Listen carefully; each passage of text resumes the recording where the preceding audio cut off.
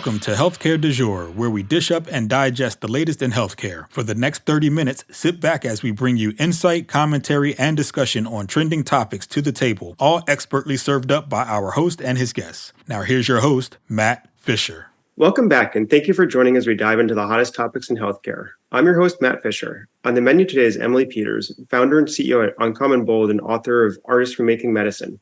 Emily, welcome to the show. Thanks for having me. So, Emily, what I always like to do before getting into the main part of my conversation is to give my guests a chance to provide more of an introduction in terms of who they are and what they do. So, Emily, the floor is yours. So what I do today is I run a healthcare brand strategy studio called Uncommon Bold. It focuses on doing brand work and communications and a lot of engagement work with some of the best companies in the digital health space. And that's how we've originally been connected through my work in the technology world. Before starting this company, I was part of the founding teams at Practice Fusion and Doximity. That's where I kind of cut my teeth in the digital health world and came up there.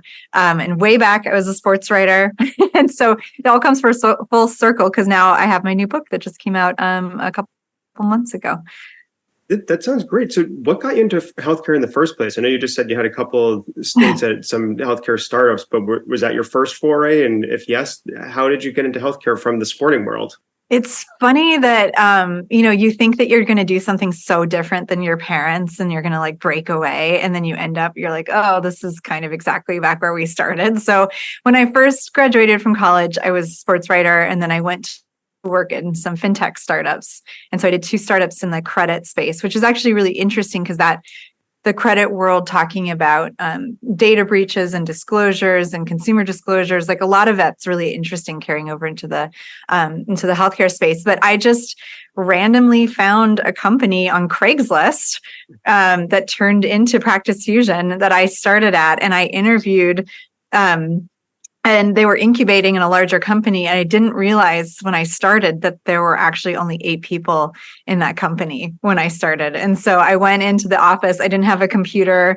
There was I didn't have a desk. I had nothing. I had to go back home and get my computer that first day and come back. And that was my entrance into the digital health world. And at the time, that was 2009. Health IT was not a sexy place to be working, right? Like that was a very weird and old and stodgy kind of sector at the time. And it was really exciting, though, to be on that cusp of this becoming a really interesting and dynamic space. A lot of investment coming into this space. We went through the stimulus plan and the big EHR transition nationally. So, I think probably what resonates with a lot of people is once you do get that taste of working in medicine in any way, it's addicting, right? Because for me, it's that combination of it being there's so much beauty and love and amazingness in medicine, so many new innovative treatments and new innovations and working with physicians and nurses, there's so much goodness in it. And at the same time, there's so many problems and there's, the cost and the technology issues and the burnout. And, so for me as a person who can get bored, healthcare is the greatest industry to work in. Because you're never bored. It's always something is happening and changing and different. And there's always more acronyms. Anybody who says that they understand our entire healthcare system is completely lying. So I love that because it keeps me on my toes. Yeah, no, I think that's a great point about, saying that you understand everything within healthcare is setting yourself up for failure because there's always so many layers. And every time you do one thing, there's so many different pieces below it or interconnected with it that you're not, it's almost impossible to anticipate all the changes that can happen. Oh, yeah. And I mean, that's really the history of healthcare's evolution is the law of unintended consequences, right? That every time we try to make our healthcare system better, it's 2 steps forward, 1 step back, or maybe 2 steps back, right? It's such a complicated system and it's full of so many pieces. It keeps you very humble. Yeah, and kind of a minute ago, you mentioned being able to find the beauty in medicine, and so I guess from your perspective, what does that actually mean, and how do you think it can, those in the industry now or outside the industry can help really promote and get everyone to focus on that beauty? Oh my gosh, I mean, so my dad always had wanted to be a doctor, and right before I was born, he had gone back to medical school and he was obsessed with medicine, right? He had all the books and his textbooks and he was a psychiatrist, but he really loved like the pharmacology and the biology side of it. And he would draw, neurons and synaptic junctions and like how the medicines, blocked certain chemicals in your brain. And like, he just loved it. And so I think I was really lucky that I had grown up in that situation where I always had this like deep respect for medicine and its long, long history. Medicine is such an interesting field, especially compared to other parts of tech, because it literally has this 100,000-year history and these deep traditions and, talking about medical illustrations that are like 1,000 years old, right? And that's a big part of the book too, is looking back at some of that history. And, the first official person who's like we consider a physician was an Egyptian who was also the vase maker in chief, and he was an architect. And so like there's this like really just like long, complex, really beautiful history. And then also just myself as a patient, I had a horrible situation where I almost died in childbirth in 2016, and I was in the hospital in the ICU and seeing, I think it hits differently as a patient when you start to see the beautiful side of it as well as the damaging and harmful side of it. But it's beautiful. Like the whole reason I'm here is because blood donors saved my life. And like what an amazing, beautiful healthcare thing that you can like take blood from somebody and put it in somebody else and that saves them. Like that's so beautiful. Like that's crazy. And so the beautiful side, I think for people coming into healthcare technology, you definitely need to be humble, right, about it because it is so complex. But I think you also need to be appreciative of the history and the beauty and the complexity of it and the, physician-patient relationship and like the culture of it. We've seen so many organizations come in and say, oh, we're going to fix healthcare, right? Like Google's tried Apple, Salesforce, like everybody. And then you get in, you're like, oh no, you can't just fix this. Like this is massive and it's big. And there's parts of it that, we should have a lot of respect for, right? And not try to necessarily disrupt pieces of it, but there's definitely a lot of things that we can make better. Yeah. And kind of to your point of, having that humbleness of not saying, oh, I can come in and I'm going to be the one who fixes this because I'm this new outsider and not constrained by the strictures of the past. I think tying that into what you were describing with the beauty though is understanding that there is a lot of positive and you just have to look for it as opposed to allowing yourself to be swamped by the troubles or the complications that you come across. Yeah, it's really, really easy to get demoralized about our healthcare system. Like, why is it so expensive? Why is it so bloated? Why is it full of so much harm? We see that all the time with physicians and nurses and other people leaving the healthcare system and just saying, like, I can't do it anymore. And so I think really like the whole reason I wrote the new book was to try to work on for myself, how do I stop being demoralized? How do I feel hopeful, right, about where we're headed? How do I really focus on the good and stay to fight? Because a lot of people are not staying to fight. A lot of people are like, I just give up. Our healthcare system is too broken. I can't do it. So in kind of in terms of being able to find and maintain that hope, what is the role of art? Because, obviously I know that's was a focus for your book is finding those connections. And you also talked about that long history where, medical illustrations have, always traditionally been a part of medical education. And even today, if you go into a medical school, you'll see books that are illustrations or, other, which is just a form, I'd say is very clearly a form of art. So a very long-winded question, but it's back to the basis of, how is art helping to inform healthcare and, how can it, just really kind of promote that feeling of hopefulness and finding the good? Yeah. I mean, so the book started out really tactical. I just knew a bunch of artists who had been able to create change in healthcare. And I was like, this is interesting because so many people feel really powerless in healthcare. I looked at these artists and I'm like, they seem really powerful. They've been able to do things like Yoko Sen, who's this musician who was an ICU patient like myself and woke up in the ICU hearing the sound of the alarms and like, this is horrible. This is not healing to me. This is hard for the people who are working here. and went for 3 years and actually changed the sound of the alarms with a major manufacturer in Europe and like rolled this out across the entire world. And that's, to me, like, that's so powerful. Like, that's the hardest thing to do, is to create that kind of like systemic change in medicine. So I started there, with some patient stories and some artist stories of like, these are people who seem really powerful. They seem like they're able to have imagination and have creativity about how we're going to change healthcare. And also that I think artists, more than maybe like normal humans, are able to sit in the complexity really well and say like, yes, this is a very broken and harmful system, but it also is a really beautiful and amazing and hopeful system. And so to me, an artist is somebody who can be in that paradox and still be able to work and affect change. And then it wasn't until, I was almost done writing the book where I started to see that pattern of, oh, wow, art and medicine have always been so connected, right? Like the very first medicines, and we actually use these colors in the book, is, coal and ochre. And those medicines are 100,000 years old, and they're also paints, right? So coal and ochre are two like disinfectant, sunscreen chemicals that you can use in art as well. And so this whole history just started to unfold of art and medicine always being together. They shared a guild in Florence back in like the Renaissance period, where the doctors and the artists would go to the same store to buy their supplies, right? Like they were buying the same pigments and the same materials and they shared a guild. And it's just like really beautiful. I think when I look at the history of medicine, we went through this massive transformation with germ theory, 150 years ago, where everything suddenly became very sterilized,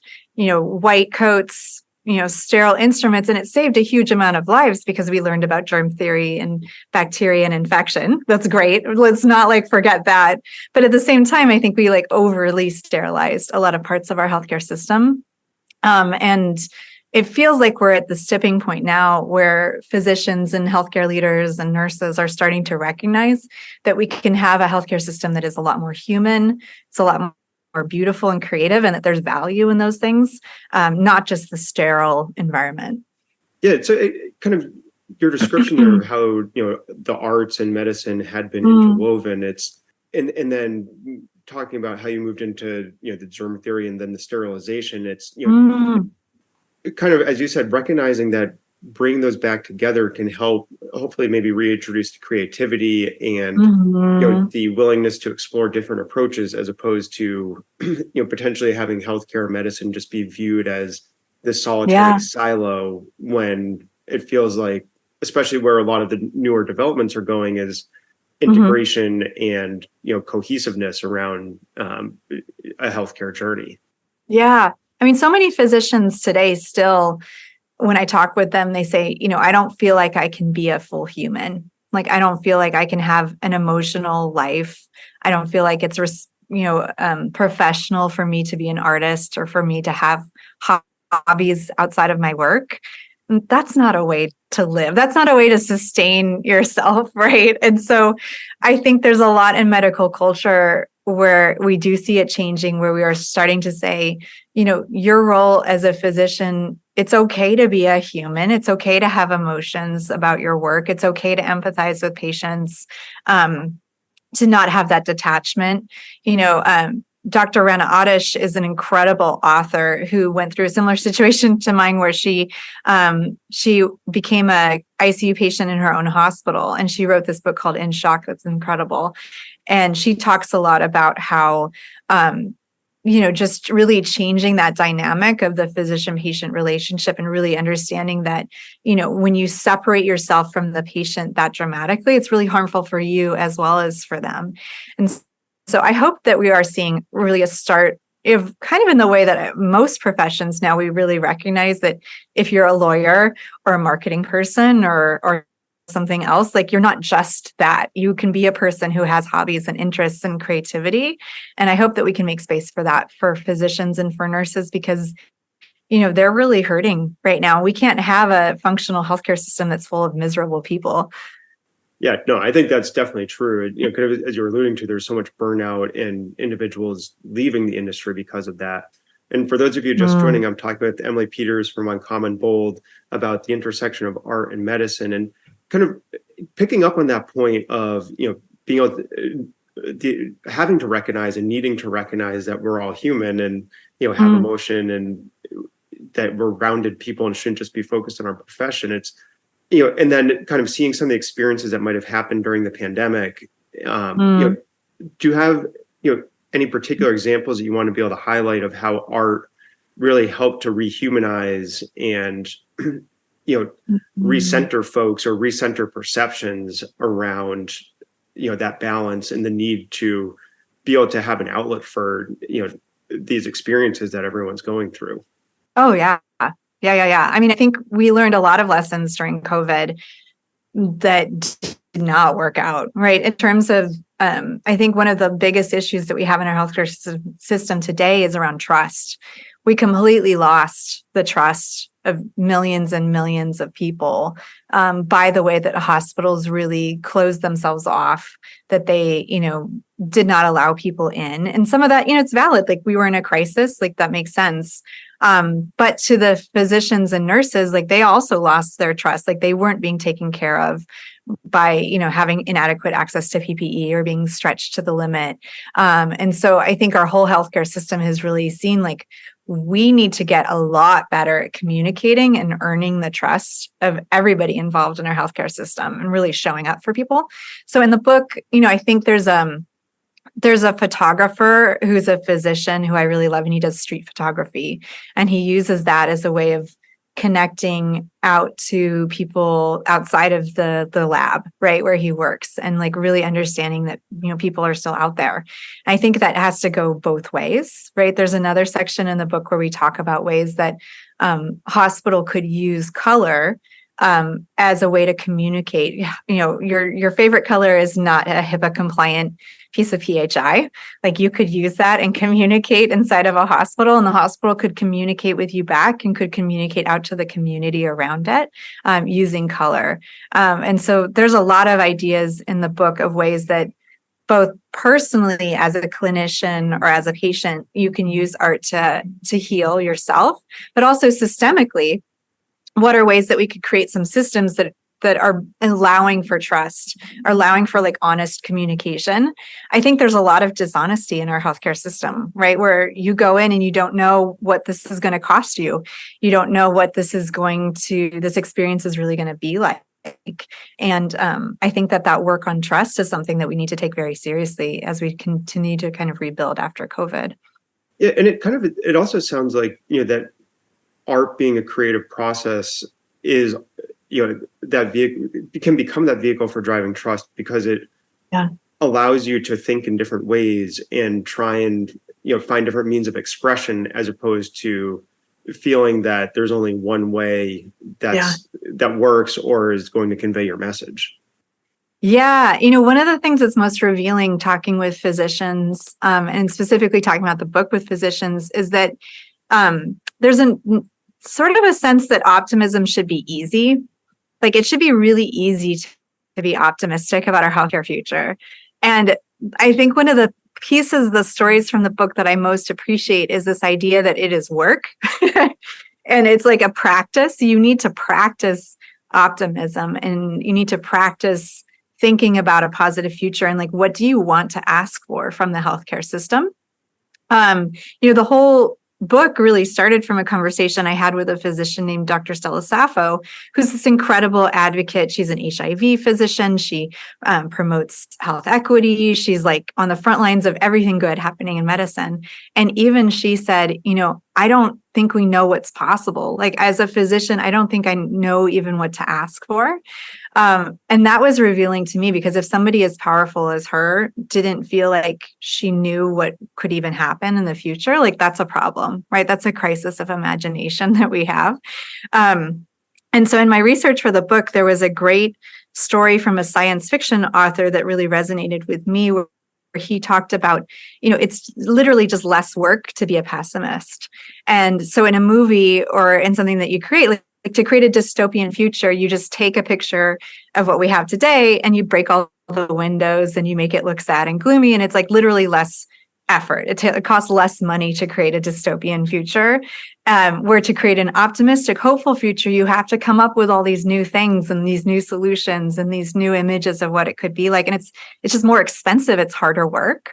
And so for me, I love that this book is sort of inviting people to acknowledge it is hard to be an optimist, but it's important. And it's important that we all find a way to envision a better future for healthcare. Because if we can't even imagine it, we can't ask for it, we can't make it happen. And kind of from that perspective, and having learned or been able to hear that lesson, what are some of the approaches that you've taken to be able to maintain your optimism? It's hard still, even for me. I wrote the book and it's still hard. So every week I go looking for stories of people who are making positive change. Actually, this week I'm going to talk about there's a physician at UCLA who created this program called 3 Wishes, and it's for people who are in hospice or at of life in the hospital. And I think very affordably, they're able, I think it's like $10 per patient, something like amazing.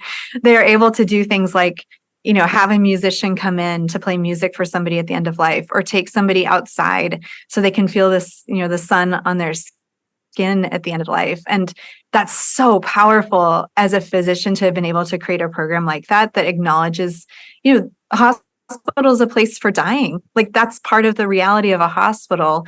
And people don't want to die in an ICU connected to all these machines. Like, they want to have an experience that is beautiful and meaningful for them. And that she was able to do it super affordably and not add a ton of cost to the healthcare system. Amazing, right? So I'm looking every day for stories like that and really practicing that.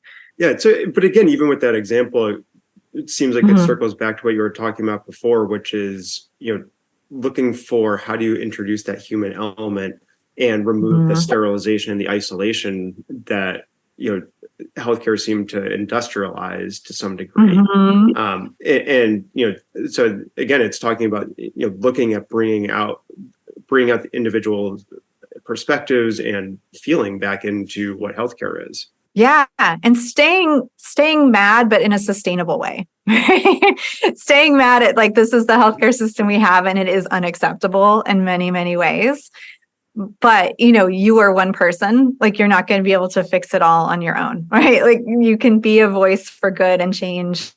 You can be a force for pressure and awareness and just continuing to advance those conversations. And, you can do it in a way that's sustainable for you, where you don't just flame out because the weight of it is so huge. Yeah. And I think also, to your point, anger, as you said, can burn itself out. Whereas if you go and hunt and promote what's the positive and, where the stories are that actually bring a smile to someone's face, then it just starts feeding itself, because you actually feel great about pursuing that. And if you can be able to focus on those positives, hopefully it's, then creating that pay it forward aspect to it, where people like to feel happy. They don't like to feel sad or mad or angry. Yeah. Well, and I mean, so much with our social media and media today is really set up to trigger those harmful emotions, to make you angry, to make you click on something, to make you comment, and to flame, your most intense emotions. And one of the stories I shared a while back was about a physician who had done research around emotional contagion. And if you can create an environment where, you can be hopeful and you can be positive and you can feel, moral imagination about the future, that's contagious, just in the same way that the despair and the hopelessness and the demoralized side is also contagious. And so it's not easy. There's definitely a lot of weeks where I feel like, how is this the way that we're living? But there's a lot of weeks where I go and I do that work and I see the people who are doing the good work and who are trying to change it. And that brings me a lot of hope. Yeah, no, I think, as you said, it's important to focus on that, as you said a few times, it's a lot of hard work. And you have to keep reminding yourself to go back to where the good is. Kind of thinking about a lot of what we talked about, as you were exploring, kind of the interconnection of art and medicine and some of the historical connections, what was the most surprising thing that you learned? Oh gosh. I mean, the book is full of so many things that completely knocked me off my chair. One that stands out to me as a favorite find was the white coat ceremony, right? This is a ceremony that medical students go through where they receive their white coat and they're inducted into medicine. And it feels like this really old, really ancient tradition. And you feel like this has probably been going on for like hundreds of years, right? Like this is so old. And I found in my research that that whole ceremony was invented in the late 80s in Chicago by this, admin in the medical school. One of the professors was complaining that the medical students dressed too casually, and it wasn't professional. And so she created this program to introduce people to the white coats, and it took off like wildfire. And now we just assume that that's been around forever. And so to me, that's a real testament to the way that healthcare can change. Healthcare culture can really change very quickly with things that are creative and really fit into the way that physicians think about themselves and the way that healthcare works. So things do change all the time. Like things change all the time. And so that really gave me a lot of hope, that story. And I'm very appreciative of that, the creation myth of that, of the white coat ceremony.